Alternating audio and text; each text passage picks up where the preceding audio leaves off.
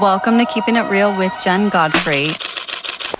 All right, so today I have Drew SinClair. He is a retired Coast Guard of 20 years. And Drew, you are a dad, you are a husband, and you and I met in an amazing community. I'm so happy to have you on Keeping It Real with Jenn Godfrey. And I can't wait to get into it, Drew. Are you excited to be here? Yes, I am. Thank you, Jenn, for having me on. Well, thank you. So, Drew, I just wanted to say thank you for your service. 20 No years in worries. the Coast Guard is pretty awesome. And can you give me a little bit of a backstory of the Coast Guard and how you got into it? Sure. Well, Okay. I grew up Army brat, so I was familiar with Okay. the military lifestyle. My dad was Uh-huh.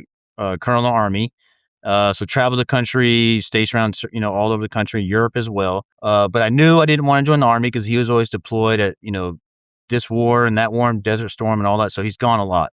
Okay. Um, so fast forward to I was going to community college and not really happy, just kind of going to college, but kind of skipping here and there, just kind of going through the motions, right? Make my mom happy.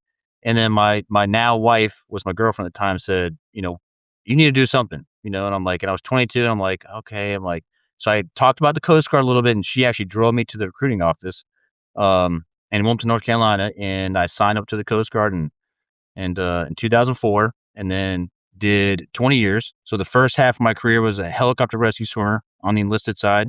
So the guys that jump out of the helicopters, amazing job. Absolutely loved it. That's And badass too. That's really yeah, cool. it was That's a awesome. badass job. Yep, Yeah. very physically demanding job. Only 320 of us, a very, very small, tight knit group, very, very like elite. 320 total in That's that it. unit or Well, in in the that entire Coast Guard. entire. Oh, wow. Okay. Yeah, it's 80% attrition rate, so it's extremely hard Wow. to. Yes, people don't know that about the Coast Guard. Well, at least the rescue swimmers, and it's so once you get through that school, to me, it's the best job in the military. What So I, kind of training do you have to go through to do I mean, I had no idea it was that in depth of training. I mean, oh yeah, that would that be, like, equivalent to, like, a Navy SEAL type training, or is it it's harder than that, would you say? people say it all the time, and I can never compare it to guys that did like combat and stuff, but for the actual attrition rate, if you look at percentage, meaning failure rate, we're up there Mhm. with the Navy SEALs. I think PJs from the Air Force are like the highest, maybe Delta Force, which is a whole nother tier. Yeah. But for attrition rate, we're like 75%. So we're right there with the Navy SEAls, but they do a longer pipeline. So Okay. ours consisted of 4 months at airman program when I went through in 2005. And that's where you train with the nearby air station with actual swimmers, rescue swimmers, and they basically train you before you even get to the rescue swimmer school. So they do like a screener. It was 4 months, and you have to meet certain metrics on push-ups, sit-ups, running, chin-ups, pull-ups, swimming, obviously in the pool. Swimming. So do you Yep. have to go through, like, a dive, get, like, certified and, go through all the certifications and things like that as well? So you don't actually go under. So as a rescue swimmer, you're basically what's called a surface rescue swimmer. So you don't really Okay. you do go under the water, but you're meant to. So you're not diver certified. So we actually have divers in the Coast Guard that do that, Okay. and they're more for like recovery and different types of operations. But for actual Okay. rescues, it's going to be what we did as helicopter rescue swimmer, where we jump in the water, I swim up to you if you're on your boat and come save you. But again, best job in the world. The That's once you awesome, though. yeah. I mean, that's kinda scary, but that's cool. I mean, I what an adrenaline rush, right? That's what I do. I tell people I'm one of those guys like type A ADHD, and I'm like I'm always seeking the next dopamine, Yeah, adrenaline. So it's like best job in the world, best job in the world. that Um, sounds like fun. yep. And Yeah. the second half went officer, and which was good. So went higher, higher up in rank, and you make more money, but your responsibilities increase. And did search and rescue planning on the officer side, a little bit of pollution response, and a little bit of law enforcement. And then once I hit 20 years in May of 2024, right at 20 years, I retired from the Coast Guard. And my wife and I sold, I want to say about 75% of our stuff. And we bought an RV, and we've been traveling in an RV with our 3 kids, 2 dogs, and a cat. And I'm in my RV right now. This is, one of the rooms. So we've been traveling the country since, and homeschooling the kids and just having fun, just living off the pension and kind of seeing where life takes us. That's awesome, though. I mean, we bought a RV during COVID, and I have to say it's definitely a lifestyle, and I love it. I feel like I'm a little scared. I'm not as brave as you, but I absolutely love it. My kids were really little too when we got ours, so but Sure. I think I think that's an amazing experience. So have you guys been able to travel, like, all across the country and go Mhm. see it and see a lot? Yep. Retired out of Miami, Florida, then went straight up to Maine. So basically the whole East Coast for our Mhm. first trip, and then came back down for the winter back to Florida, and then kind of cut through like Tennessee, Kentucky, Upper Peninsula of Michigan, which is beautiful. And then cut straight across all the way to the West Coast, where Washington, Oregon, California, and then cut back to the middle of the country, like Utah, Nevada, Colorado, and then we basically made our way back to Florida, where we are now. And Okay. surprisingly, after 2 years of traveling, we are in contract for a house to close on next month. Congratulations. That's Yes. exciting. Thank you, Jen. Yep. So we're Yeah. excited. Well, we're thinking about Florida, so we'll be in contact and about that for sure. My husband wants to come check out some places there, so Florida's where it's at. I'm telling you, yeah, Jen. I tell everybody, Florida is where it's at. that's what I'm hearing. We went when Hurricane Harvey was happening, right? Is that the big one that they had into not this last October, but the one before where there was all Okay. the flooding? We actually were in Florida. We went to Disney World and, we Okay. were staying at a friend's condo in Orlando, and we got to go to Cocoa Beach, and we did Yep. Daytona and all of that, and it was really fun, and we actually got out of there a day we were the last flight out, because they shut the Wow. airports down, they were Yep. boarding everything up, and it was apparently a really bad one, but lo and behold, we got home and it ended up, like they always say, "Oh, it's gonna be a horrible one," right? And I think it was like a level 4 they had it, and then once it hit Died down. the mainland, it went to like a 1 or category 1. Category. Yeah. Yeah. Yep. So, but yeah, I mean, I liked it. I thought it was really pretty. I loved Cocoa Beach. It was awesome. My husband's a surfer, so obviously Kelly Slater being in Cocoa Beach, That's where he's from. yeah, Yep. he Absolutely. really liked that area. It was really cool. So, you bought your house, and how far are you from that area? From like Cocoa Beach? You're buying near It's there? Yeah, it's probably about 20, maybe 22 miles south of it. Okay. So I would say like a 30-minute drive. And so we actually did Cocoa Beach last month. My kids were on a surf camp there. So that's how we Okay. found this area. We were staying at RV park near, and then we Mhm. did a surf camp. It was a 2-week surf camp for our kids, and my wife and I fell in love with the area, and we found a house. And again, closed in March 23rd, and gonna be homeowners, and we'll be out of the RV and back to kind of normal life, I guess. But yeah, lots of good Are you things gonna happening. keep the RV though and still have it to do trips in? I think we'll downsize because we have it's a 46-foot rig. We have a Oh, massive wow. what's That's called big. fifth. Yeah, it's big. And so I think we're gonna sell this one in the truck because I have a dually, and I think Uh-huh. we'll probably get a travel trailer, like a pull behind one, and to do Yeah. it kind of part time because we love traveling, That's absolutely love it. what that's what we have. We have a 26-foot travel trailer, There you go. and Yeah, we love it. I mean, for our lifestyle, it's perfect for, the amount of time that we stay in it, but we love it. Yeah, exactly. it's great. Yeah, And it's so good. It's so grounding for the kids too. I I, just feel like the people have a misconception too. Can you tell some of us sure. about I feel like people think, "Oh, RV parks or whatever." I mean, I'm not gonna lie, these Yeah, RV parks are, like, not to be talking bad about. These are nice, gated communities, a lot of them, sure. pools, laundromats, like, I mean, some of them are really So nice. some that's fair. Some we've seen the whole gamut. So yes, the whole RV world. We when we joined with the first couple months we started, we left. I retired in May. We left, and then it got kind of lonely because we were just with us, my wife and my kids, and then we Yeah, didn't have the sense of community. So we found this group called Full Time Families, and basically it's a bunch of full time RVers that have families like people around our age.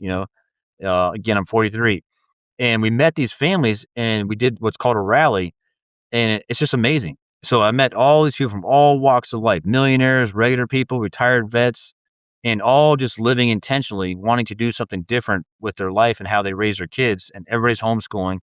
Um, So we met all these amazing people. We started traveling with them like around the country. We'd meet up in certain, Michigan, and we'd meet up in Oregon, and then you meet up in Washington.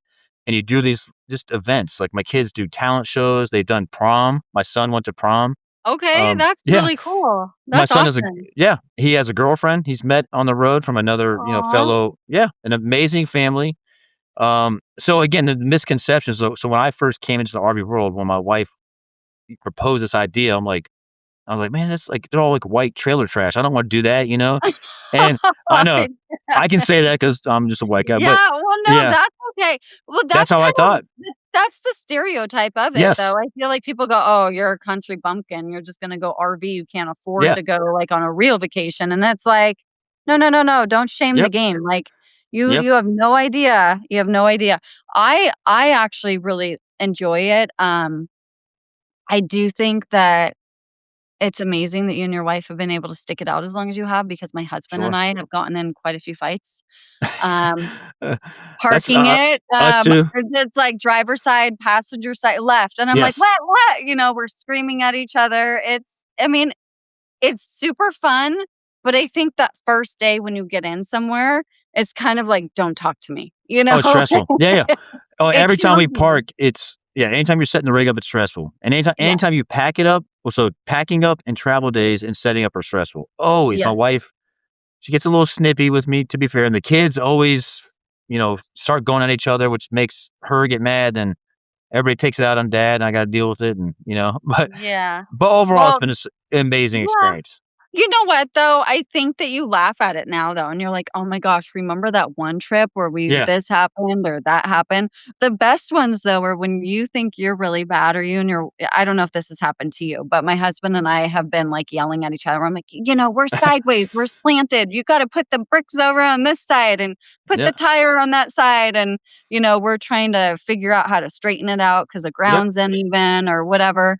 And, we're finally, like, after we're, like, yelling at each other for 45 minutes or whatever, we're like, "Okay, I love you. So what are we gonna do for dinner tonight?" Same. Like, no big deal, right? Yep. And, we'll, like, look over. There'll be some, like, random person trying to park, and they, like, crash Yep. part of the RV or something, and we're like, "Okay, we're not that bad. We're not Yep. judging, but we did okay." Yes. I'm telling you, every time I see other people, but generally everyone in the community is so helpful. Like when I first started, Oh, yeah. I Oh, was a yeah. mess trying to, back up in this massive 46-foot rig.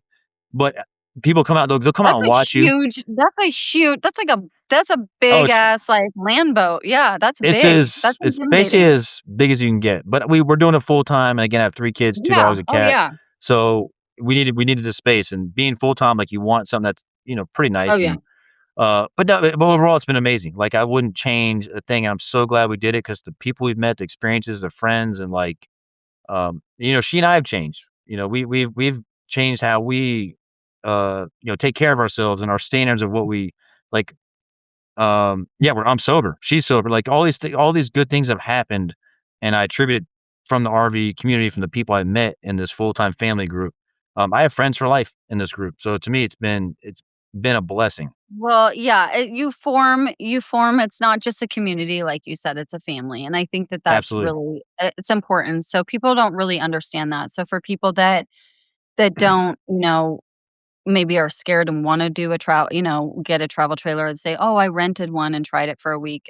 When you really get into the community, there are so many helpful people, and I Yes. do think that COVID changed a lot of that. I think a lot of people were like, "Screw it," and left they didn't know what Yep. was gonna happen. Yep. That's when we bought our RV too, because it was so hot. We moved during that time, and we live in Arizona. I was like, "If we don't get an RV or get out of here, like, we're we're done. Like, we're moving." But, yeah, so I love it, and I think it's great. I think it's our kids are the happiest when we're camping. I will say that. Like, out Oh, of so I love any of that. the vacations and stuff that we do go to, um, they love the beach and everything. So anywhere that we go on the beach, obviously, they're happy. But other than that, like, we can go stay at, like, I don't know, a Hilton or something like that for, like, a couple nights, and it's fun, but they love camping. Like, that's their jam. They love it. They have their little bikes and they have their lights, and then they do little, like, parades at the campgrounds that we go to with the kids and all the activities, and Sure, there's yeah, so yeah, many we meet so many friends, and it's actually it we have made quite a community, where we are too, exactly. so it's awesome. I highly encourage it. I think it's also good because it brings you back together. You're in a smaller space and you have to learn how to sit down, talk to each Yes, other. You have yes, dinner together, you do s'mores, it's yep, intimate. It's not like, at home where you're in one room eating or here or there. I yep. mean, I just feel like it's very grounding, and I love that. When I feel like we're getting off-centered, I go, "Okay, we're going camping," 'cause I Okay, feel like yeah, we need that. It grounds you, it really does. I feel like it yeah. does for us. That was one of the reasons we wanted to do it, because once you retire from the military, you get a pension, Mhm, and I knew we downsized our life, so I was like, "That's gonna get us by." So, like, let's take this mhm. one chance where the kids are at the perfect age. My son's 16, daughter's 13 now, another daughter 10. And if I wait, my son's off to college, then I missed the opportunity. So I'm like, let's do it right now while we have this one opportunity. I was like, we may not like it, but we won't know unless we try it. And we did it, and it has been the best thing for us as a family, as a whole. You know, beyond meeting all the friends and people we've met and experiences we've done in places we've been and seen, like for us as a family, it's definitely brought us together. Like, because you can't just hide when you have like a conflict. You have to like figure it out. Like, it teaches you conflict resolution like quick. You can't go to your room because we're only in this one RV.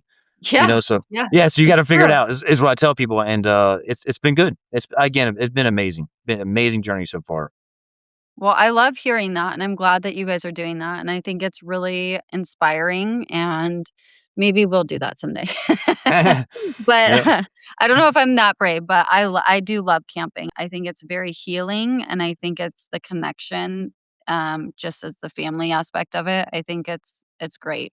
Um And so you're going to be moving into the house and then Yep. or your house next month, so that's really exciting. And can you tell me about, growing up? So you said that, I know you were in the, Coast Guard for 20 years, but how did you know that was, like, where you did you wanna go into the Coast Guard, or how did that kind of Happened. Yeah. become for you happen? So again, my dad was military, Army. Mhm. He was an Army colonel, and so I grew up moving around the whole country, and Europe as well. Lived in Germany, so familiar with like the whole military lifestyle. Loved the military, but once I graduated high school, I was like, my dad had passed away when I was 15. He's an alcoholic, and so he was no longer in the picture. Graduated high school, I'm like, I don't want to do the military. So I was kind of like, it just had a bad taste in my mouth just from growing up in a military Yeah. household. My dad, who's now deceased, and just wasn't good. So I was like, no military. And then I went to college, doing community college, but again, just going through the motions, trying to go to make my mom proud. And then I started talking about the Coast Guard to my wife because I was like, man, it looks cool. Like they're around the water. I love the water. My Yeah. wife and I love the beach, love the water. And she's like, so I did it for like 2 months. I just kept talking about it, but I wouldn't go. I was like too scared to go to recruiter. Where were you living at the time? Like, where did you grow up? So it's Wilmington, North Carolina. Okay. Yep, Alright. that's right. Yep, So that's where you're from. So that's where yep. you've always been near the beach. So you're a water Kinda, guy. because I mean, grew up military brat, so I tell people I'm, like, international. I've lived everywhere, so it's, like, the longest I've ever lived anywhere in my entire life is, Savannah, where I did, like, 4.5 years. 'Cause I grew up mil I mean, my dad moved around, we lived all around, and 20 years in the Coast Guard, so in Wilmington, I think for 4 years, and then, yeah, joined the Coast Guard out of there, but only because my wife took me down to the recruiting office, because I kept talking about it, and she's like she got sick of it, and she's like, "You keep talking about you're not gonna go, just get in the car," and she literally just drove me down, and I signed up, and it was the best thing for me. I mean, all the opportunities and things I did in the Coast Guard, and again, I'm 43, I'm retired. I'm living off the pension. I'm not rich or anything, but I'm getting by and able to do these wonderful adventures with my kids and be present and just live life a little more intentional and full. And it's been amazing. Well, that's really awesome that you did a long stint and you were able to do something that you enjoy, you're passionate about, and then your wife is encouraging you the whole time too, because I know Mhm. that can take a toll, as you grew up. And were your parents together did they stay together, and did you grow up with them as They when they got a divorce when I was 13. Because again, my dad was an alcoholic, but so my mom, very unstable childhood. I had an older brother, myself, younger brother, younger sister, so 4 of us, and dad was a very heavy alcoholic. So my mom left him when I think I was 13, in the 6th or 7th grade.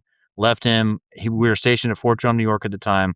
Went all the way down North Carolina, and once we did that, my mom moved to the house. I think a year later is when my dad essentially passed away from drinking, Okay. and yeah, and then again, that just left a bad taste in my mouth about, the army, the military, everything, and just, kinda left me unguided, without direction, and just, went through some hard times and stuff. So the Coast Guard, like, straightened me out. I tell people, like, I kinda grew up in the Coast Guard, because like, you go to boot camp and you get in the military, I don't care what branch you join, like, it gets you discipline, structure, and it gives you purpose. So and it's sink or swim, you better figure it out because you don't have time to, like, you can't be late. Like, the military is the military, like, there's none of that crap, like, you gotta figure stuff out, and I actually Mhm. needed that in my life. At the time, I was kinda I call it drifting, like, no direction, didn't know what I was doing, and then, again, Coast Guard, joined up, I was like, "Oh my gosh," like, but it gave me that outlet to kind of figure, like, myself out, because I went to boot camp, graduated number 1 in my boot camp class, didn't realize I was, like, athletic and good at stuff until I went to boot camp, and I was like, "Wow."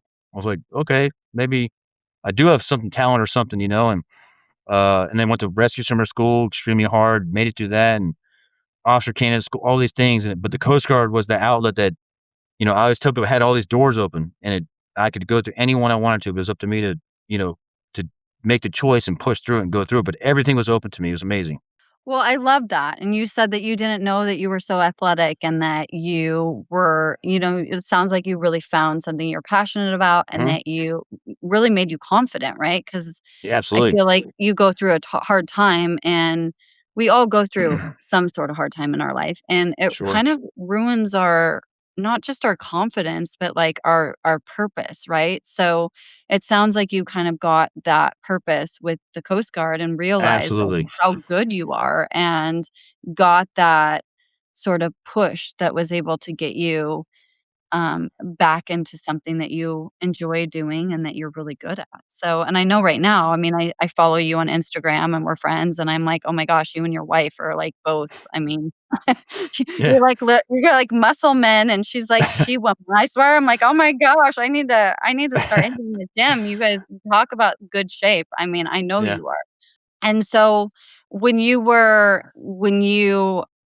retired from the, Coast Guard, did you kinda know that your drinking was at a bad place at that time? Like, because you said that you stopped drinking, was it, like, 14 months ago or Yep. something? So, when did you realize that you were, like, kind of pushing the envelope with that? Is it something Sure. you knew you always struggled with, or was it just kind of It kinda crept up slowly, so I look back now being sober, 14 months sober, Mhm, um, so the first half of my career as a rescue swimmer enlisted, I drank, but it was more social on the weekend. We'd go out with the guys and they my wife and the spouses, and we'd go hang and just drink on the weekends, social drinking.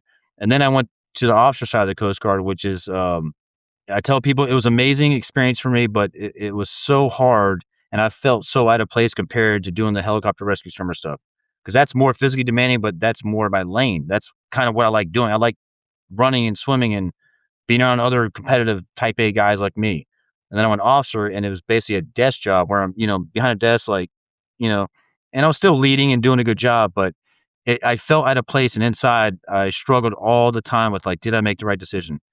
And then I started drinking slowly at my first unit as an officer. And then, fast forward to my last unit in Miami, which is the busiest unit in the entire Coast Guard.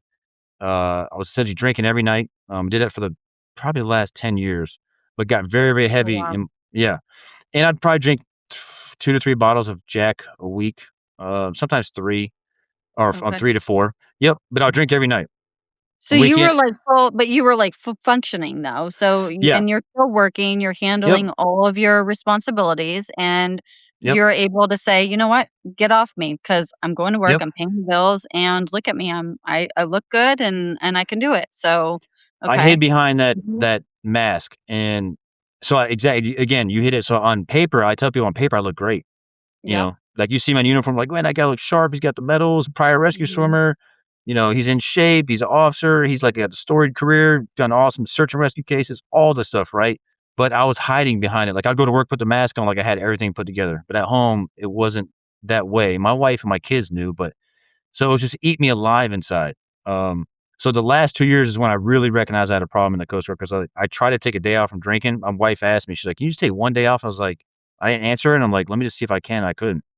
So I was like, "Dang!" Like, so it just kind of crept It's in slowly. And hard, once it it's gets hard. in, It oh, really does grab you. It grabs you quick, and I absolutely, feel like people don't understand that, and if you are normal and you can just stop drinking, that's great, but when yep, you do have an addiction to I don't care what it is, but alcohol, I do think alcohol is probably the worst substance to put in our bodies. I mean, and it's I poison. it is, and Yeah, it is. Yep. it is so addicting, and the fact that it is so sociably acceptable, and Oh, you have so many people that are so wealthy and, and they all yep, drink and stuff, but you don't see what happens when they go home, you don't know what it's like, and, I mean, I grew up in that, yep. Drew, so, like, I know Me too. exactly what you mean, and Yep, it's acceptable, it's like, okay, and then if you do have a bad night or something bad happens, it's like, "Oh, well, I just drank too much," like, no big deal, but, like, yep, you can push it off and it's fine because it's acceptable. It's sociably yep. acceptable, but it's really not. I mean, It shouldn't be. Yeah. it's killing yourself. You're killing yourself. Yeah, for I didn't sure. realize that until I got sober and I would started living my life sober. Like a couple months after being Mhm. sober, I'm like, I didn't realize alcohol is everywhere. Like you go to a Yep. restaurant in the morning, have breakfast, and like, oh, you want a mimosa? I'm like, Yeah. geez, Yeah. but when I was a drinker, I was like, heck yeah, I'll have. So it was Yeah. just the norm that society has created. But like once you remove yourself from that, like you break out of that matrix, you're like, whoa. So I tell people because alcohol is literally a poison. People don't realize it's You literally a and your poison. Do you and your wife, like, now that you both don't drink, do you Yep. see, like obviously, you're seeing the signs of it, like, okay, Mhm. this is not this is not normal, and, like, yeah, it is everywhere, Yep. but do you see people, like they say when you quit drinking I was told this because I have almost 14 years of sobriety, but Amazing. thank you, Yep. and I was told the second you quit drinking and you stick with it, everything around you is gonna change. Your friends are gonna change, the Which has way people happened. talk to you is gonna change, the friends you thought you had are going to change, and the people that you think that you wanna be friends with is gonna change, and to me, I thought, Yep. "Whatever, I've been friends with my friends since, like, babies, growing up, like, they're not gonna change." Lo and behold, even to this day, almost 14 years sober, it is something that I don't ever judge anybody else for, but I get judged the most for. So if Yes, you I d yep. walk in somewhere and as a woman and I'm just walking into some brunch, right? Like you were saying a brunch, a mimosa or whatever, or a Mother's Day brunch. This is a perfect example. We Yep. belong to a country club here and they do mimosas. So the Of course, first yep. thing when you walk in for Mother's Day, "Oh, do you want a mimosa?" And Of I'm like, "Oh, course. no, thank you. No, thank you. I don't drink." And they're like, "Oh, you don't drink?" And I'm like, "I've Yep. been a member here for, like, 6 years. No, I don't drink." And it's, like, something they still push on you, like, Oh, yeah. like and they think it's like something's wrong with you, like, "Oh, you don't drink? Like, Yep. what?" No, the number 1 question that I get, "Am I pregnant?" No." "Are you Yep. Mormon?" Well, no, but why would that matter? But Yeah. no. And then it's like, "Oh, well, are you an alcoholic?" And I'm just like, "Wow, like, you think you know me well enough that I should just tell you, like, why I don't drink. I'm allergic to it, I just don't drink." There you Um, go. how do you handle that? Like, have you had that kind of I don't know, just kind of rudeness and that judgment from people yet. I Oh, mean, yeah. I would say I've been Yes. getting it a lot more in Arizona, more so here than ever. California, super chill. You got the California sober vibe and Eh. it's cool, right? Yep. Arizona, you tell people you don't drink and they're like, "Oh my," they think something's wrong with you. It's Like, like they oh, don't wanna be friends with you. yeah. Yeah. It's like you have the plague. You're like, "What?" Yeah. So yes, so basically what I look at is my standards have changed for what I accept for myself now. And what you touched on, like you've lost some friends, and I thought Mhm. so I had some friends in the Coast Guard, very good friends, and I'm kind of going Yeah. through that right now where we had like a chat group and I would text them and we'd send funny memes to each other. We're basically bros, but they were Yeah. heavy drinkers like me. One of them was very heavy drinker, just like me. He's most definitely a functional alcoholic. Amazing people though, and they'll always be my bros. But Yeah. they don't reach out to me at all anymore. And they'll always be my bros, and my doors are always open to them. But I get it because I don't know if they think I'm judging them, which I'm not. I don't care if you drink. I can't drink, and I'm doing this for Mhm. myself and for my family. But they're definitely done reaching out to me, so it kind of hurts. But I've also my wife and I talked about it, like, it hurts, but I'm also like, I look at the good things that have happened and the good people that have come into my life since I Yeah. have.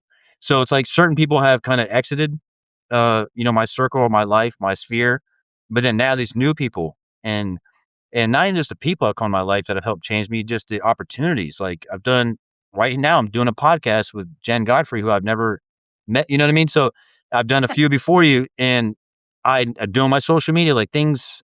I feel more optimistic about life, and Well, when I good, you're in the cool club, okay? You're friends with me, and I mean, I'm actually with my sobriety, I was really pissed off about it. Like, and I wasn't mad to be sober. I'm glad. I made a decision like you. yep. Okay, tell me, okay, let's backtrack. When you got sober, did you do any sort of program? Were you like, I need to go to AA? Did you have any sort of like help with it? Or did you just wake up one day and say, like, I'm done, cold turkey? Uh, Kinda did cold turkey, but, I mean, I knew I was an alcoholic leading up to it. I just Mhm. knew at some point I knew something had to change, because if nothing changed, then nothing changed, which would be Yeah. bad. That means I would keep drinking and essentially follow the same path as my dad, who passed away from it. So and breaking up the family and my wife, so it's like I knew I went through it. So I got a PhD in what alcohol does to a family, how it Yeah. destroys it. So I knew firsthand. So I was like, if I keep doing this, like I'm going the same path. So I was like, this is a generational cycle I'm breaking. So New Year's Eve on December 31st, 2024, we had a New Year's Eve party at the RV. 200 plus people came. It was an amazing party. Of Fun. course, oh, it was amazing. That sounds like Everybody's fun. dr- I it didn't was get the invite. it was actually fun, and it morphed. It was supposed to be like 40 people, but everybody came and they like shut the road down. Amazing, but of Well, course, that's because you were the yeah, fun guy back then, right? Because you were still I drinking. was. But gosh, but I was drinking that night just like everybody was, and socializing, doing the thing. And the next day, Yeah. I told my wife, I was like, "It's a new year. I'm gonna try and just do one day without drinking." And because Mhm. I had never gone one day without it. So I went one day, and then of course I'm like, shoot, I did one day. It's kind of crazy. Let's try to go for two. I'm having the itch, like I want to drink, but I was like, let's go for two. So basically I just started stacking them, small little wins. And then it went to a week and then became a month. And fast forward, I'm 14 months sober now, which for me, I know, Yay. which is Congratulations. That's thank you. huge. I mean, hey, one day at a Oh, time, right? One day at 100%. a time. One day at Yep. a time. That's Yep. it. But now where I'm at in life, I would never go back.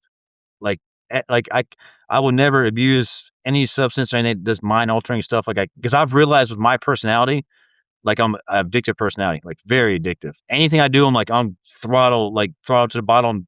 If I'm working out, I'm going all in. If I'm drinking till it's gone, and I'm drinking even more. I did cigarette. I smoked 2 packs of cigarettes a day for 8 years. A lot of people don't realize that. So anything I do, and I did THC. Yep. So I did a little THC like gummies and weed when Mhm. I retired. There's a lot of guys in the military. That's like the cool thing to do when you do get out because you can't do it while you're active. So I did that, and then I found myself sneaking gummies behind my wife's back, and I'm like, "The hell's wrong with me?" So I've learned that I can't do. So now I channel all my addictive because it doesn't leave your body, like, it goes from one thing to another. Um, Exactly. yeah, yeah, I did a lot Well, of and research, and it does. Yep.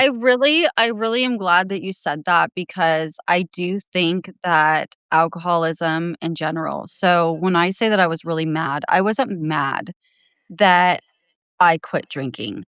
I was really mad when I woke up one morning. It was like, I don't know, 3 or 4 days after my 30th birthday. And I had stopped drinking for like 6 months. I just took a break and I was like, I'm not gonna Nice. drink anymore. I just I just would go through breaks, right? And I was able to do that, and I was Oh, never a drinker that was like I would say I was a great social drinker. And then I moved to San Diego and I ended up living with my grandfather. I was supposed to go there for one summer to help take care of him because he had a double bypass surgery at 91 years old. My mom jeez. wasn't able to stay there. I was in real estate at the time, so I was able to and the market had just crashed and stuff, and I had a place in Queen Anne in downtown Seattle, so I was like, "You know what? I'm not working right now. I've done all right. Like, I'll go hang out with grandma or grandpa. Like, why Heck not?" yeah. So Sure. I loaded up my at a Passat. I literally loaded the whole thing up, like, front to back, like, you couldn't even see anything. I mean, like, literally, it was jam-packed, It's a good little and story. I Oh, yeah, I ended up, letting my older brother, live in my condo while I was gone in Queen Anne. I was like, "Yeah, just pay the rent, take care of everything, whatever, and I'll be back when I get back." Ended up staying with my grandfather for, like, till he passed away. I just never left him. I mean, he was a Jeez. colonel, and long story short, my drinking went from, like, it was a little problematic at times, but it was, like, fun, social, and, things would get wild at times, but I was always able to reel it in, go back to work and function and all that stuff too, um, I remember after my 30th birthday, I woke up and I have never been so hungover in my life, Oh, ever. it's the Like, worst. ever, and I mean, I'm talking like Popeye, like smoke out of my ears. I looked in the mirror, I saw these red eyes, and I thought I was the devil. Like, that's Yep. literally it. I was scared. I looked at myself and I was like, "I'm What am I done." doing? Yeah. I called my mom immediately and said, "Mom, I don't care where I go, what I do. I don't care how much money it costs. I'll pay for it, but I gotta quit. I'm never drinking again." And Good on you. I made a decision that day, and I've never touched alcohol again. Um, Jeez. and See? I thanks, but I'm so the point for me sharing that with you is I'm so relatable to what you're saying because it is also such a family Yep. addiction. Not only does it affect, you as the person who's doing it, and we're really poisoning our bodies is what we're doing, but at It's the same absolute time, poison. Yep. you're affecting everybody else around you. Now, Mhm. there might be tolerating it because they love us, right? But it's not fair to them. But, um, you're the fact that you're able to cold turkey it and quit is amazing because I think you and I have very similar personalities. I obviously have a horse and I'm very impact. My brother's a skydiver. I jump out of planes with them. You know, Awesome. I do have that rush too, but I I really find it amazing to hear your story because you were able to just I mean, a lot of people can't do this, Drew. Like, Oh, I I mean, know. especially, like, doing it cold turkey like that. I mean, a lot of people have to I mean, they can't get it, number 1, and if they do get it, they really need to be in the rooms, you know? Yep. So what has it been like for you? Not I mean, just I know you use your personal workout and that you have different ways that you cope and handle things, which is amazing. Yep. But what would you say would be, like, the biggest, thing that has helped you in dealing with all of this? Because you still have those emotional things why we were drinking, right? Like, what Yep. was the underlying reason that we were drinking? And d Sure. do you feel like you're still addressing those, and are you able to have those healthy outlets to Yep. manage your feelings? Absolutely. So I would think the number one thing that's helped me is working out. So I've always worked out my entire life. I've Okay. worked out every day since I was 17. But I've had 4 surgeries on my shoulder, so I've had multiple injuries, and I would Mhm. take breaks only for that when I had to recover. Yeah. Other than that, so I would say training is so good for me, for my mental, and making me feel confident, my self esteem. However, that took care of, like, the physical, um, help with the mental, but I think the biggest thing for me was the spiritual side that I was missing my entire life, and I didn't realize that. I was very I hate to say arrogant, but I was very before I didn't believe in Christ. I became a believer essentially last year, March of 2025. And I would always tell That's people I was amazing. I'm glad to hear that. been Very life glad to hear changing. that. Yeah. It's been, again, I'm a total 180 of what I was 2 years ago. But Mhm. um, so I didn't have the spiritual side. So I knew I was lacking something, but I needed some help, some healing, some way. I just didn't know where to go for it. But I was the guy that told everybody, God's not real. It's not science. How do you prove faith? It's not black and white. That was my mindset Were before. you like, You do you know, feel like you were kinda more like an atheist? Like you just I was or atheist. okay, Yeah, okay. absolutely. So Mhm. because I mean, people would ask me, I would ask people, how do you prove God's real? And of course, everybody has their own definition, or whatever, and I have mine now. Um, but now, being a believer, I've been reading the Bible every day since March last year. So I read scripture every Praise morning. God. Uh, Yay. yes, I'm telling you, it's game changer. And I read something a couple months ago too about, and it basically talked about people with addictions can't, like drug and alcohol addictions and pills, never fully can recover or get over past it without coming to God. And I'm like, before, if I would read that, I'm like, pfft. And for me, I am like 1000% on board with that. Like I read that, I was like, hand salute, that is 100% me. Um, because now he knows like everything. Like I feel like, I mean, here's God, here's me, and then, my family. I want to be a servant of God. So when I read scripture, I try to look at how I can be, match him. I never match him, obviously, but just try to go that way. And it has just steered me in such a path that has been so good for me. And not just for me, for my family. Like, so And it's a, your wife uh, isn't drinking now too. I mean, so yep, in theory, you both are so when I met my husband, I didn't drink. I was 1 year sobriety. I met my husband nice. and he did drink. And he told me he was normal. And I was like, okay, cool. Like I don't really want to be with an alcoholic. Like Of I've course not. been Yeah.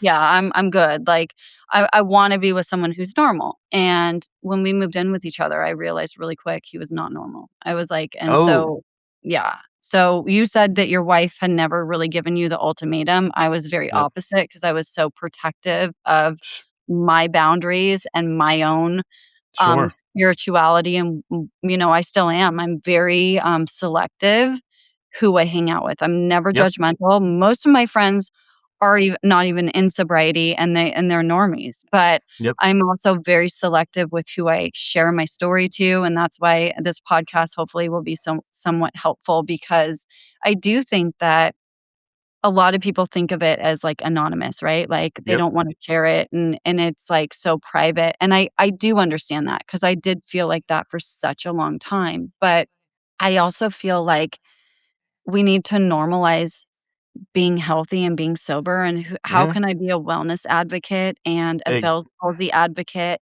and a mom and a business owner if I can't even own that my own truth and, like, what I solely believe in, and that is putting good things in my body, and I do Yep. not think that putting alcohol any alcohol in your body is good for you. If you do drink, and that's good for you, but for me, I just don't. I never judge anybody else, but, Same. um, Yep. yeah, I really think I struggled with it, and that's why I was so angry because I struggled with, like, not I don't wanna say I was an alcoholic, and it wasn't even that aspect of it, but I was just angry because I tried so hard to beat not being an alcoholic because I kinda Yep. already knew my entire life based on, like, what you said, your dad passed. I'm sorry to hear that, by the way, and, Yep. Thank you. um, yeah, sorry for your family, and it's trauma, and it's a hard disease, and a lot of people don't make it, and I think they say alcohol is the number 1 thing in the world, not in the United Yeah. States, in the world that kills people. It's not cancer, it's not, other health issues, it's alcoholism. Because it's so normalized everywhere Yeah, around the yeah, world. And yep. And I see that now being sober. I know we mhm, talked about you can go to the store, gas stations, grocery stores, everywhere. It's like, and everybody's doing it around you. Like it's not a big deal. yeah, And I used to be in that crowd, but now being sober, I look back, I'm like, I look at, like, we're getting invited to a party tomorrow night. I'm like, everybody's gonna be drinking, and yep, it's fine now. Now that yep, I'm sober, I have no urge. The urge has left my body. Thank goodness. I just channeled into working out now, my fitness. But I can be around people that are drinking. It does not bother me one bit. In fact, my wife and I joke because when we go to these parties now, I can smell when people just have one beer on their breath. It's crazy. And then I watch them have their And then are you conversations. like the designated driver too? Like you're like, "Oh, Yeah. looks like I'm gonna be driving I've so done and so. Well, here's the keys. Okay, you Yep. drive that person, I'll drive this person. Come pick me up." Yeah. I've done it a few times, but you know what? One of the things too, going sober, I was so worried because again, I was the life of the party. I was that fun guy, Mhm. and because I was always drinking, I was like, man, am I going to be enjoyable to be around? If like people like me if I'm sober, like, will I be funny Yeah. and I come to find out like I think I'm cooler. I don't know. People like so it's like I figure that out. I'm like I don't need any of that crap, and it's just been No. I know We exactly. I go out now and people are like, "Oh my god, I can't imagine what you would be like if you drank." And I'm like, "Oh, okay, you think it's like 10 right now? You get a Yeah, few shots of me and I'm not like the girl you take home or whatever. I'm like the girl that's like, "Look at the building. Let's climb it. yeah. Let's see who can do it on like let's jump. Woo!" That Like was kind I'm of like just me. like Yeah. crazy. Like people are like, "Holy crap, this girl's nuts." Like that was how I was just insane. Like I was amped, you know? Yep. That it would just basically amp my I never got violent or aggressive. I was the guy who would Yeah. just I would get more talkative, more jolly, and I would always encourage you to drink more because I was drinking more. So it would make me feel normal if people drank. So I'd be like, oh, if I was with you, I'd be like, come on, Jen, drink more, just two, that's it. Like I'd be like, drink more, come on, like, and I Yeah. was always encouraging. And I'm like, now I'm sober. I'm like, I have fun without it. I'm hanging out with my wife and my kids as I Well, should be, and and you it's get to amazing. remember everything, you wake up feeling good, you're not Yep. hungover, you don't have that not to mention people, like, when you look at it too and you go out with people that drink, like, for me, people go, "Oh my gosh, how do you guys afford your lifestyle? You try" and I'm like, "Well, number 1, Because you don't, I'll because you tell don't you drink. what, like, I'm not going to the bars every weekend and spending $500 at the bar, and I can go have a nice steak dinner for, like, Yep. $100 with my husband because I'm not buying 3 bottles of wine, having a martini, having a shot, and a, after drink or whatever. I mean, we Same. all spend our money differently, right? So, Yep. I You're think about absolutely that right. now. You s Mhm. I always tell people every metric in your life will improve if you quit alcohol. Even if you're not an alcoholic, every metric it will improve. Yeah. Your finances, clarity, your physical appearance, like well, actually one of the biggest things for me that was my physical appearance. When I look, I've done a few of these like before and after photos on my Yeah. Instagram, and just like 15 months ago, I drank so much that alcohol is very estrogenic, so it makes you hold water and so I was very puffy looking, like my face, my entire body. So Uh-huh. I go back and look at these photos, I'm like, "Oh my gosh, I did not like how I looked. I didn't realize I was that puffy." Like, it was just crazy, but it's from the amount I was drinking, so my body was always constantly inflamed because alcohol is a poison. So I was drinking, my body was just basically inflamed because it's essentially fighting off this alcohol I put into it every single day, you know? Well, and that's another thing too. I feel like when we are basically poisoning our bodies with Mhm. alcohol, and now they say they have like these like sugar-free alcohols that are supposed to be better for you. Remember, like when I was growing up, I remember hearing red wine was like the crave. Like Yeah. everyone would drink red wine was supposed to Yep. be good for you.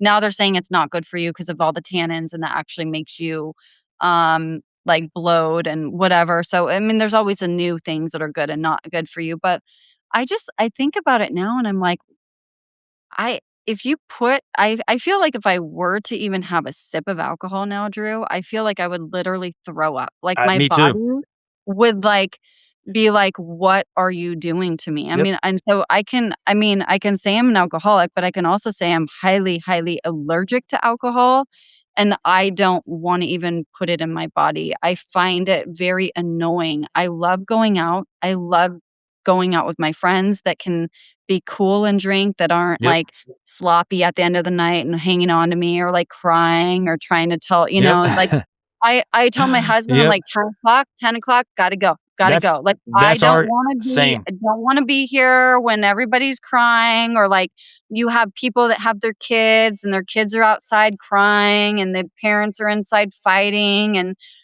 then the next day you see them and they're like, "Hi," like, everything's Yep. perfect. And I'm like, look at my husband, I'm like, "Dude, they were, like, fully, like, fighting last night. Their kid was Yep. outside, like, crying." Like, they were in the we go to the pool and there's people drinking.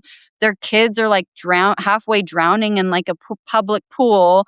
My husband's, like, I'm like, we don't even like going places sometimes with people that do drink because we end up being the babysitters now, and I'm like, "No, It's I don't very think similar for so." us. Yeah, Yeah. and I notice now too, when I hang out with people that are drinking, you watch the conversations they're having, and it's these they basically get louder and nothing gets Mhm. accomplished. It's like they keep talking. It's very like a cycle. They keep talking about the same thing, and I used to do that all the time, and it's like, but now I see it. I'm like, I sit back and watch. So I go hang, but 10 o'clock I'm out. But when I Yeah. see people, I sit back and watch. I'm like, there's Well, nothing good. you sit in the rooms now with people when you don't drink, you have your entrepreneurial people, you have Yep, people like you that are retired, that have been there, done that. You're listening to impactful stories, you're helping each other. You're in a room now for me that I don't drink. The people that I choose to hang out with, my circle is extremely small. I try to be nice to us everybody. too. I never judge anybody. Excuse me, I never judge anyone. But I will say, like, we're busy. You're busy. Like Yep, my husband and I, we're on a grind. Like I don't have a lot of time. And when I do have time, I'm going to choose the people that I want to be yep. around and I want in my circle. And when I find that people do drink, the other thing we've noticed is loose lips sink ships, right? Oh my So gosh. you don't ever tell Yes, anybody anything personal. And the people that are talking bad about you, if you hear about it, they're all the people that are drinking because they have nothing else going on. And usually. it's very toxic. I Mhm. feel like, and I'm not saying everyone that does drink is like that, but after almost 14 years, I've seen a lot and I can tell within the first probably 5 minutes of hanging out with someone, if they say, "Oh, yeah, I don't drink very much at all either," and they go out with them and I see them, they're already on their, like, 3rd drink, and I go, Yep. "Okay, well, this is probably someone that I'm not really gonna be hanging out with that much." Same. Same. Or We're confiding yep. in. I'm not gonna be telling them anything personal Well, other now, than look yeah, at my social media. You wanna judge me? Go look at my social media, talk about that, yep. but, personally, no. We're good. We're I'm good. we're very intentional who we hang out with now, especially since I Yeah, retired from the Coast Guard. Because in the Coast Guard, you meet so many people, but sometimes a lot of the relationships are kind of, like, forced because you're stationed together, so then you feel like you gotta hang out on the weekend, then you bring the spouse. But now that I'm retired, like, and sober, I told, like, my wife and I, we agree we are very select. We have a very small circle, and we don't just yeah, hang with anybody. I'm always nice to everybody, and I'll give yeah, everybody a yeah, shot, but if it doesn't work, like, we don't jive, I'm perfectly fine with it. Like, I yep, before, I would always try to make stuff work and it would force things, and, like, now I'm like, "Dude, life's too short." Like, "It's okay if you don't like me or we don't jive, like, it's cool. We tried it, cool, like, I'm going over here." Because I'm busy, like, we're doing things, yeah. we got some big goals, and I'm always working. I'm always doing something, like, I'm never just chilling, so I'm very selective, like you said, and I'm usually Well, that's good, and you it should be is. like that, and I think that your kids will see that, and you're setting such a Yep. good like, talk about, like, what you saw growing up and some of, like, the trauma and, like, some of my own trauma. I look at it now, and I think the best gift that I can give not only myself, but, like, my own family, my kids and my husband, Sure. is they might see me angry. They might see mom get a little crazy because 'cause I'm pissed off or frustrated or whatever. They never have seen me drunk. They have never, ever seen me do any, like, bizarre type of behaviors and stuff, and I'm grateful that I was able to get Yep. sober when I did and before I had kids because I'm kind of breaking a cycle, I feel like, Yes. as you are for your kids because of how you grew up, and, it is really a family disease, and it affects everybody, so your kids are gonna be That's right. happier. You're a great dad, I see you, I know you're a good dad, I know you're a great husband, your wife is beautiful, you guys look so happy, and it's not that's what I really wanted to do this for too, is to, like, get this awareness out that, like, yeah, like you said, you were an officer in the Coast Guard, and you're married, and you have 3 kids, and on paper, you look at our social medias, and people might think, like, we live these perfect lives, but Oh, yeah. we've made these perfect moments of our Yep. life that we're sharing on social media, That's right. but we haven't actually had these perfect lives. Like, we have earned these lives because of the shit that we have Heck, gone oh, through. yes. It's not. People like to look at it from a straight line from point A to point B. Mine has been Mhm. like all over the place, Yeah. but we have. I always say we've intentionally set our life up this way. My wife and I, and we've been together for 25 years. So we were children. I mean, 16 and 17 when we started dating. Like that's my son is 16 now, so it's crazy to think that we've been dating and now married that long and have, our own family, because we've changed so much from when we started, but we did it all together. And the beauty in it is we always kept choosing each other, because it was so easy. We Oh, had you many made opportunities it we could have just ran, you and you know? made it through. You Hmm. made it through. Like you said, your Yep. parents were divorced. Like Yep. my biggest fear and like my thing, the thing that my husband and I work the hardest at is our own health and Yep. our relationship so that we can show up and do this life together because I don't ever want my kids to have and there's some people that do get divorced, and there's nothing against that. I'm not saying that, but for me, because of how I grew up, and it sounds like what you went through Yep. too, you and I align with that, like, it's a lot of work, and it's a lot easier to say, "You know what? Screw it. So what? I'm an alcoholic. Call it what you wanna call it." "I'm an alcoholic," or whatever, Yep. back in the day, these songs, and we were so cool when we drank and whatever. It's a lot easier to keep going down that path and, like, Yes. spiraling. It's a lot harder to actually say enough and, like, Yep. actually change and take the action and to stay with your wife and work through these Exactly. and I feel like those are the people that I want in my life, are the people that do the work, the people that show up, the people that are going to say, "Hey, I got you, and I don't even know you that well, but hey, we're so similar. Like, Yep. I'm gonna, like whatever you need." Like, and you have that respect, right? Because we understand each other. It's a Yep. commonality that a lot of people don't have. They just Sure. don't. I They always say, don't. uh, anywhere discipline is exercised is a good thing. So, Mhm. like, disciplining your diet, disciplining, working out, disciplining our relationship with my wife. Like, if I'm doing all that, it's hard, but hard is good. If it's easy, everybody be, doing it. So that's why, Yeah. to me, it's so beneficial. And it took me, getting sober 43 years to figure it out and find my faith. But it's been amazing. It's been a journey, but I mean, we are much better now. We're the healthiest we've ever been in our entire life. Our relationship's the best. Our kids are thriving. So many good things have happened just in the time I retired a year and a half ago to now, because I recognized that I was an alcoholic, made a decision, committed to it, and here I am still committed to it, and found, my faith. And it, again, night and day, me today over what I was just 2 years ago. It's insane. Like, And I yep. love that. And I love that you are showing like this is the thing that I want to give you amazing credit for, okay? Talk about discipline. 100% grateful to hear your story and you're able to share that because I think that there is a misconception that if somebody is sober or somebody's an alcoholic and they're in recovery, which you are because you're not drinking anymore, so Yep. that's, you're recovering alcoholic, but everyone thinks, "Oh, well, you have to be in AA." I just wanna break down that because we've talked about it before, I don't like the labels, and that's what I struggled with. It's not that I am an alcoholic, it's just being labeled, like, Sure. Sure. I don't like the labels of all of it, and I also feel like just because you are not in the program of AA, you didn't go to treatment, you didn't whatever.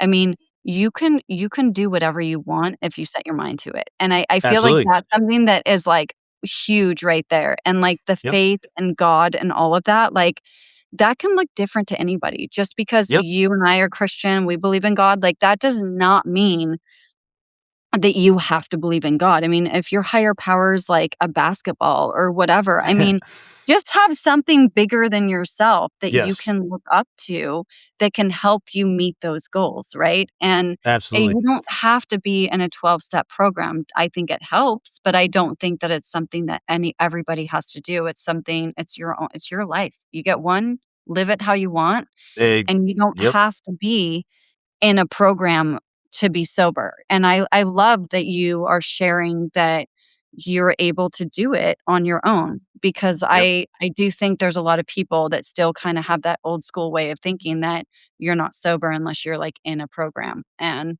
I don't necessarily agree with that at all either. Yeah, I mean, as long as I'm not drinking or using weed or any mind altering substance, Yeah. I'm considering myself sober. And But then how did you handle it as far as, like, psychologically? Do you notice did you go through, like, any depression? Because they say when you sure. alcohol is a Hmm. depressant. So, Yep. tell me about that a little bit. Did you Yeah. have any sort of, thoughts or, any. Yeah. So I was actually diagnosed when I was 18 years in the Coast Guard. So in Miami, I went to a therapist, and I was diagnosed with severe depression, generalized anxiety, ADHD, alcohol dependency disorder, and PTSD. So I got diagnosed with all this stuff. There's like a 4-hour interview. It was insane, very uncomfortable, but I was honest and just spoke. But a lot of stuff stems from my childhood. Mhm. And yep, so dealt with that. And that's kind of what turned me to therapy. So I was like, well, maybe I am messed up because I'm listening to the doctor tell me this. And so psychologically, it didn't, growing up in an alcoholic home messed me up big time. But it messed me up. But it also gave me, again, that, I tell people I have my PhD in what alcohol can do to a family. So I think if I didn't see what my dad did and with the experience I went through as a child, I don't know if I would have even recognized that I had the biggest problem that I had, just 2 years ago. So I knew, like, I saw it, like, it's not good, right? What I went through. So, and I was kind of going right down that same path. So I was like, I can't, again, nothing changes if nothing changes. I can't do the same thing my dad did to us, to my kids.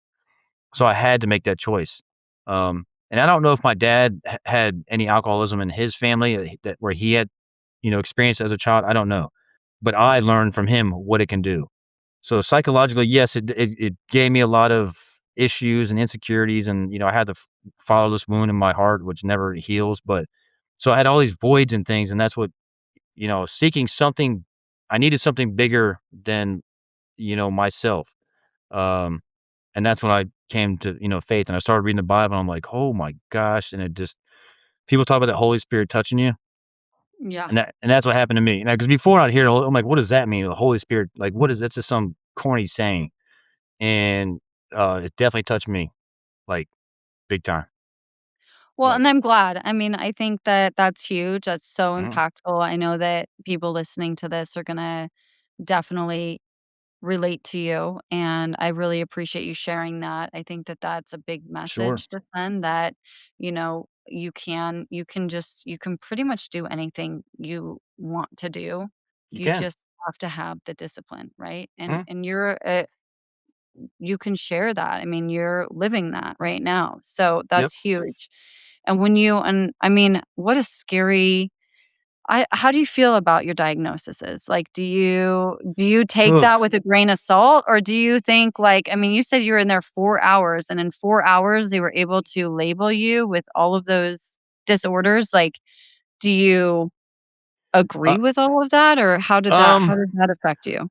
I mean, the woman, she was very nice. She has her PhD, Yeah. right? She went Yeah. to, obviously, schools, university, and so smart. And I do agree with the depression part. PTSD, yes. ADHD, for sure. Generalized anxiety, I feel like that's a very blanket term they toss out in the therapy world to put you on medication. So yes, I agree with them, but so I am labeled, but I'm okay, because at the end of the day, it's like when she told me I was all these things, she's like, "Oh, you're depressed," and all this stuff, and just take this SSRIs, and I'm like, in my head, I'm like, who are you to tell me I'm depressed? Like, I'm in control of myself. So it's almost like I was relinquishing my control as a human, as a man, like, "Oh, I'm just depressed. Woe is me." And so I did therapy, and it was not a good fit. And I if people hear this, I don't want them to say or think I'm saying therapy's bad, but for how I am wired, therapy is probably one of the worst things I could have ever done. It literally put me in a pool of sorrow and reliving things that I had moved past, and didn't even need to go down. And it just put me in this pool of sorrow where I basically felt sorry for myself, and basically became a professional victim. And I hate it. I'm like, and so basically I'm in control of who I am. And getting sober taught me that. Like, I realized, I'm like, dude, if I want to do something, I can do it. Like, make a decision, commit, and do it. So depression, yes, I have that label, and I don't know. You have to. I don't. I'm doing the best I've ever been in my life. I'm happy. Well, you Best look amazing. You're like, happy. physically, Yeah. mentally, Yeah. spiritually. So it's Yeah. like when I hear that label, I'm not going to tell the doctor she's wrong. I mean, who am I to tell her? But I hate how society has set it up where if you just go to therapy, They're like, "Oh, you're depressed. Here's your medication. Take your SSRI," and Well, then you're do just you see and are you starting to see, like, a trend? Like, and this is something I haven't spoken about yet, and I know that we're kinda running late here, but I did want to touch on it if we still have time, but Mhm, there's sure, some things that, I feel comfortable, and I think that with your story resonate, but I personally have not gone and gotten labeled. I've been labeled with anxiety for a long time. I've known that. I was in a bad car accident, and I sure. I feel like I've lived with that, and it's something I deal with all the time, but, I refuse to go to a psychiatrist because of that, because when I was younger, I did go to counseling and psychiatry, and, Okay.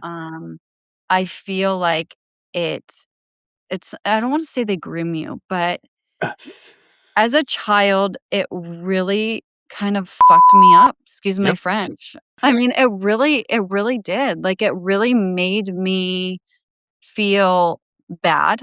It Mhm, made me feel, like, ashamed about my yep, parents being divorced and that I wasn't, and I don't really know. I wasn't old enough at that time to completely understand, and I have done some, like, counseling sessions, which are okay, but I do think that they want you to have these feelings and talk about all of these things, which is great to do, but you're doing it with someone that doesn't even know you, and they talk to so many yes, people a day, and then all of a sudden, they want you to go do all this work where it's like, "I already did all that work." Like, yep, I'm compartmentalized that, like, 20 years ago.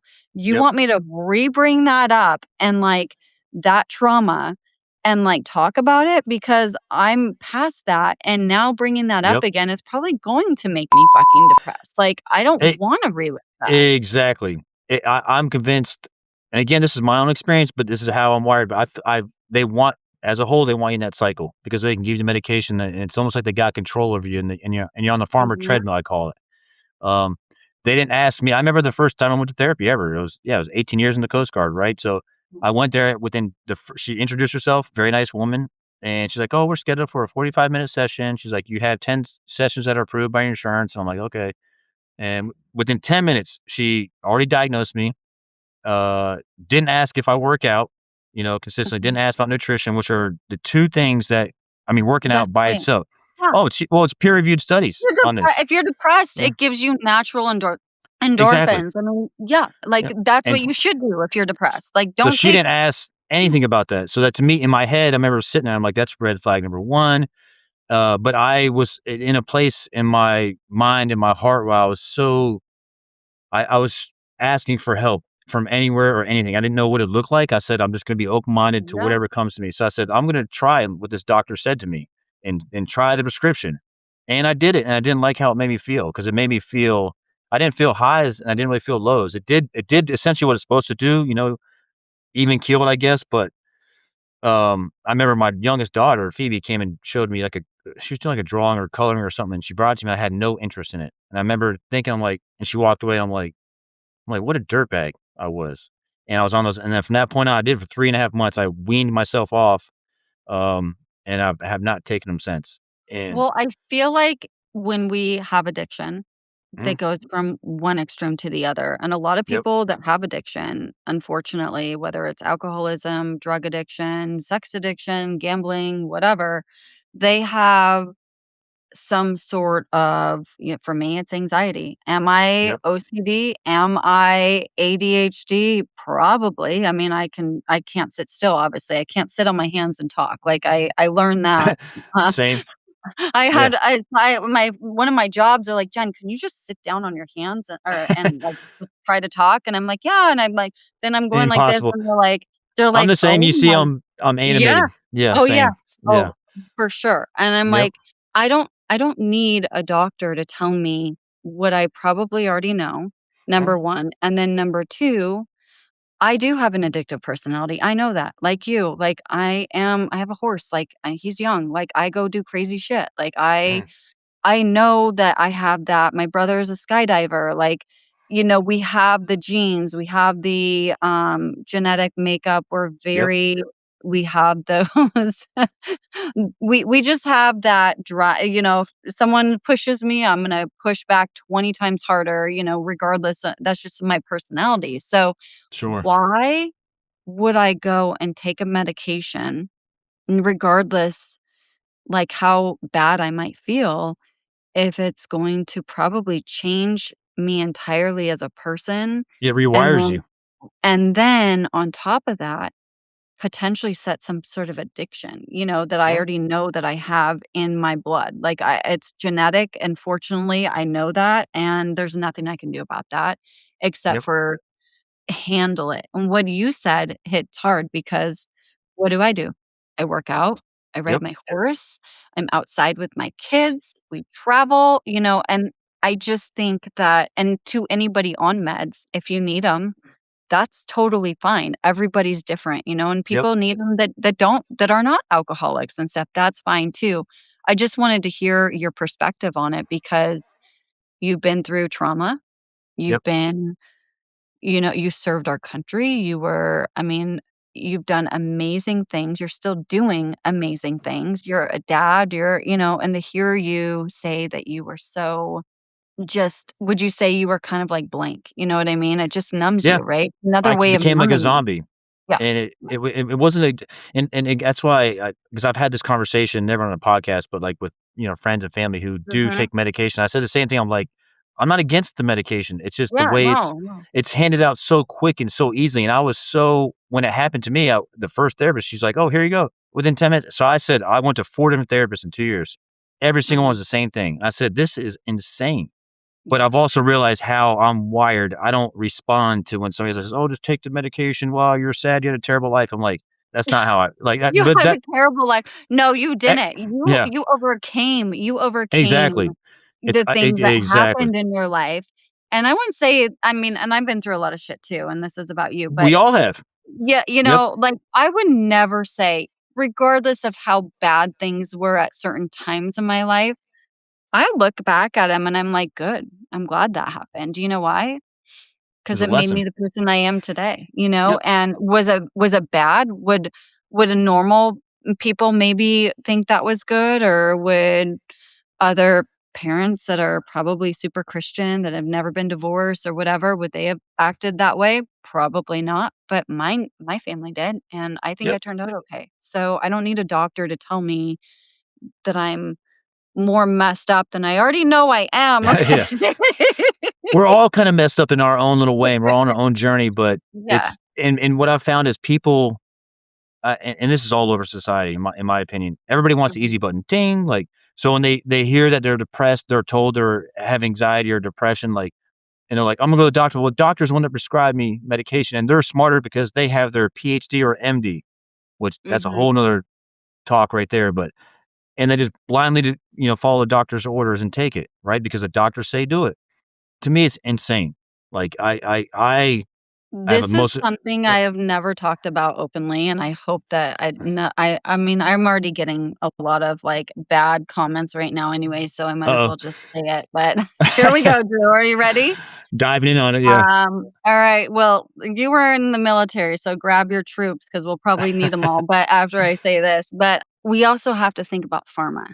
What do? They make 100%, drugs, they make a ton of money, and to make money. and I feel like who's the perfect candidate to be on medication? Somebody who's mentally ill, Mhm. and instead of treating why they might be mentally ill or an addiction and trying to take more of a natural approach, not saying meds are bad if you need them, why would you give somebody you've met in 45 Yep, minutes, diagnosing them that quick, regardless whether or not you have something or not, like, yep, and then saying, "Oh, take this, take that, take this. Oh, it may work. Oh, but the side effects are this, the side effects are that," yep, without doing some sort of a family history blood work, number 1, and then on top of that, why wouldn't you say, "Hey, let's start out. Let's you have anxiety, why don't you go try yoga?" I know, ex and I bingo. hate yoga. I hate yoga, okay? I don't I don't hate it because I actually love yoga and I'm good at it, but my mind, I'm like this when during a yoga class. I'm like, Yeah. "Oh my god, okay, I'm done. I'm holding the pose. Let's go. I'm done." Like, that's why I cycle, and that's why I'm Fast high moving stuff. impact. Yeah. Yeah. Yep. Yeah, but Absolutely. I do yoga and I do sound baths because it's slowing me down. So when I feel anxious, when I feel depressed, when I feel upset, I'll go take a Good. yoga class. I go do that because it's not comfortable. I don't like doing it, but I know I need to do it. It's So discipline. yeah, Yep. and I Exactly. definitely I feel like we're kind of wired to take this perfect pill, like you said, and I think that Yep. that comes from the higher ups, like It comes from the medical, school that they go to, and if you look who Mhm. designed the curriculum for these medical schools, that's basically it's not the doctor's fault. The doctors are amazing, and No, it's very no. hard to get a Yeah. PhD and MD. I have all the respect in the world for them, but you look at what they're taught, and it's not me just saying. There's majority of doctors don't even take a nutrition class. I was watching one of Casey Means. She did a podcast with Joe Rogan. Yeah. Amazing doctor. I think she went to, gosh, I have to look up, but amazing doctor. But she even said on there she didn't get one nutrition class. So for me, when people want to get these meds for depression or anxiety or whatever, I I would ask, have you tried working out first, and have you tried following a consistent Yes. nutrition diet? And if you have done that for maybe 90 days, then maybe you can approach medication. But people go to medication first and they're all overweight, they're all depressed or eating like shit. They look like shit, Mhm. so they feel like shit. And then they need medication on top of that, which gives another side effect. And it's a synergy. It all feeds Yeah, itself. it's like that Yep. Ozempic, Oh, Ozempic. What are the side effects gonna be from that? What are we gonna yep. But hear they in they want the 60 easy button. minutes? Everybody wants the easy Yep. button. And nobody Yeah. wants to do the work. So when I get comments all the time, like on not all the time, but guys are like, man, you just have good genetics. And I'm like, Mhm. well, Mhm. maybe I Yeah. do, but guess what? I work out every day. I say, Mhm. I've told guys, like, come train with me. I ran 28 miles last Saturday. I was like, come train with me. If you think it's just genetics or how I'm born, like, come train with me. I said, prove it, Yep. and because people want to just assume the line from A to B is very easy. There's a lot of work and it's discipline. And I've learned the easy path is usually the path I'm not going. It took me a long time to figure it out. So I'm going the hard path because when you finish and you make it down the hard path, the discipline of the wall bricks that's built from the discipline is just far stronger than any pill or any fake crap that they give you. So that's the Yeah, way I I roll. agree. Well, I'm Yep. glad that you were open and talking about that because I Sure. do feel like it is a slippery slope, and I do It is. wanna keep it real. I wanna keep it real on here, though, and I mean, these are the conversations that I think need to be had because so many people say that, like, "Oh my gosh, I'm on antidepressants, but I'm scared to get off of them," or, I've had friends too that are on antidepressants and then they get off of them, and they have, like, really bad side effects, and they're like, Yeah. "Holy crap," like, I think this pill that I was on that my doctor prescribed to me for, like, 20 years that I Yep. took might have given me some sort of, like, tic or this or that, and I'm, like, going, "Oh my gosh," like, I just yeah, I feel like normalizing addiction, alcoholism, drinking, regardless whether you wanna label yourself or not, and that was something I had a really hard time doing, and it's not that Sure. I'm not an alcoholic. I have a hard time labeling myself as anything because I just it's not that I don't mind saying I'm an alcoholic and whatever, but I feel like it should just be normal. Like I don't drink, it's Yep. for me it's my lifestyle. It's become instead of like saying I'm an alcoholic, I just say I don't drink. Don't I'm drink. allergic to it and it's my life. It's just because I have more time now too, but I also need to own that. So you're Yeah. helping me with that. So I appreciate that. Thank you. And I think that it's important that we all own our truth and we shouldn't Yes. judge each other. We should never judge anyone. And if anybody is struggling out there, I really hope if you're a guy and you're listening to this, reach out to Drew. I I mean, would say hit me up. Absolutely. yeah, Yep. like, you don't if you don't wanna go to AA, if you're scared of a room, if you're scared of, you know, doing something because you don't wanna be labeled like I didn't wanna be labeled or whatever, there's a community, there's people, and I think that we kinda need to take ownership of our bodies and our health Yep. and, like, living our life authentically, right? And being Exactly. being true to who we are, and if you wanna drink and you party and you do that, hell yeah, go for it. Good That's on you. just not for me. Like, I know if I did that, number 1, I'd probably die, but number 2, it's just not my journey. But, Yep. Yeah, I also want to say that I juice a lot too. Like I juice, There you Drew. go. So we're saying like health and stuff. Like Yep. I lost a lot of my baby weight through juicing. And I feel like exercise is really important. But I like what Absolutely. you said because you really need to kind of like know your body type too. And Drew, you would be like a perfect person because I know you probably know about body weight and Yep. BMI and all that. Yep. I don't know all of that stuff, but I do know that for me, staying active and juicing helps me stay in shape, for me, not like you and your wife. You guys are, I mean, I will come work out with you guys. I don't know if I'll be able to hang. Can I bring my horse? We'll come run with you. That absolutely. If you had a horse, that would be a dream. Because my wife used to ride horse when she was little. My two daughters love riding horses, so they always want a horse. But I don't know if we're gonna be able to get one with the house we have or near the beach. But no, oh my gosh, that'd be amazing. Okay, well, we'll come look. We'll buy the farmhouse and we'll come stay with you guys on the weekends, and then you guys can come stay with us during the week and come ride the horse. How about Come on, that? Florida's All right. the welcoming place. Well, I really appreciate you taking the time. And Sure. Drew, where can our listeners find you? Yes, you can follow me on Instagram. So the Drew Sinclair, also TikTok, the Drew Sinclair, Facebook, Andrew Sinclair. And haven't done YouTube yet, so maybe that's down the line.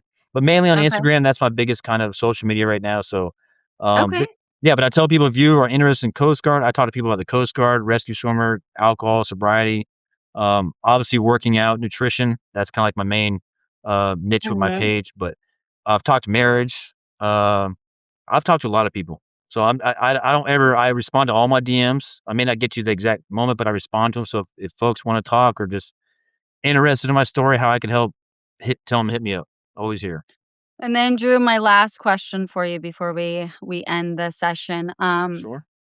Or two more questions for you. What would you say your pivoting rock bottom point was? One point, let's see. I would say it was December for alcohol. It was December of 2024. So I retired May of 2024 and went up to Maine and then back down to Florida. And then December, I met up with two of my buddies, my drinking buddies, who were still in the they're still in the Coast Guard even right now. But at the Okay. time, and we got blasted drunk. I don't really remember too much what happened. I just know we got extremely drunk. My wife ended up pouring out all the whiskey, sent them home. Their wives were there too. Their wives were mad at them. At all, basically, all the wives are mad at all the guys. Mhm. Sent them home. The next morning, I'm like, honey, you know, how bad was it? She's like, really bad. You guys were, doing X, Y, Z. Basically, it was embarrassing. And I'm like, what the heck am I doing? And that was, I think it Mhm. was December 20th or December 19th. So literally like 2 weeks before I went Okay. sober. So that was like the moment I'm like, I can't, like I had left the Coast Guard and I came back essentially to hang with my friends who were still in the Coast Guard. And it's like, I I'm moving past that in my life. And it was no longer serving its purpose. And that was like the last final, like examples or scene that just was set in my mind. I'm like, I can't do this. I just can't. Yeah. So happened for a reason though, Yeah, well, to no, show it me. always does. And Yep. then what would you say, I mean, I think I know this, but what is the best thing that's happened to you in your life right now, today, Oh, as we're talking? Like, what would you say is your top right now?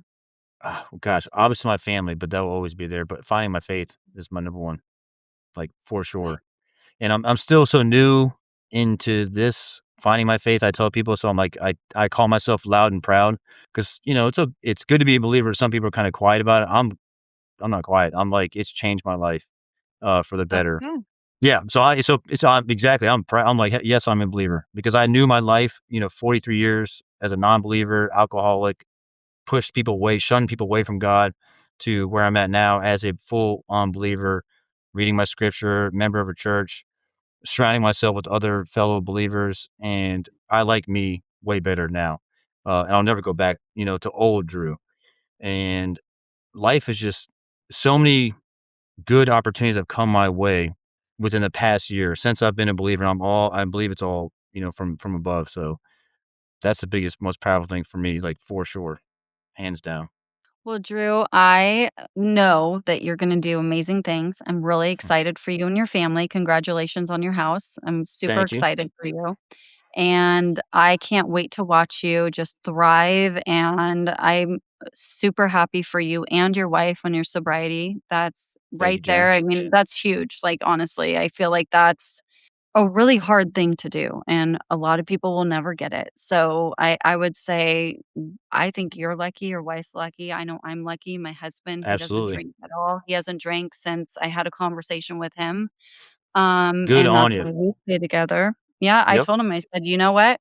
I'm not gonna do this. Been down this road. I Good. grew up in an alcoholic family." I said, "So, you can get the hell out or quit." And he quit quick. Good. He was like, "Okay, I'm done. I'm never drinking again." And he's never touched that bottle. I told him, I said, if you want a separation, that would be a really good start. I'm like, I can handle a lot of shit, but I Yep. think if you start drinking, that would probably be a game changer for me. So, Well, good on you and um, good on him for making the right choice, yeah, obviously. I Yeah. mean, it's hard. It's so hard to not drink because it's so normalized and everyone Mhm. does it. You walk anywhere, everybody's doing it. So I'm really grateful that you were able to come on today. I appreciate you having you here. Anybody listening, check out Drew.